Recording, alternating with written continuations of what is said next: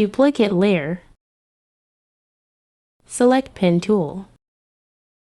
Start shaping lips.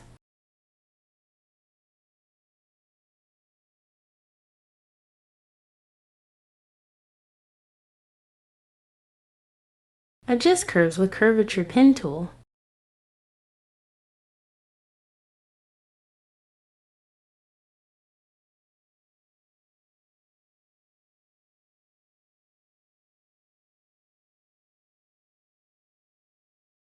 Select Fill.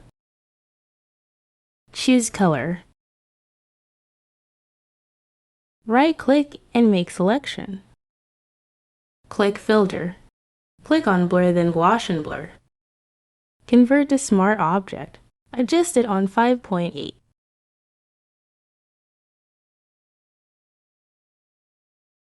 Select Multiply.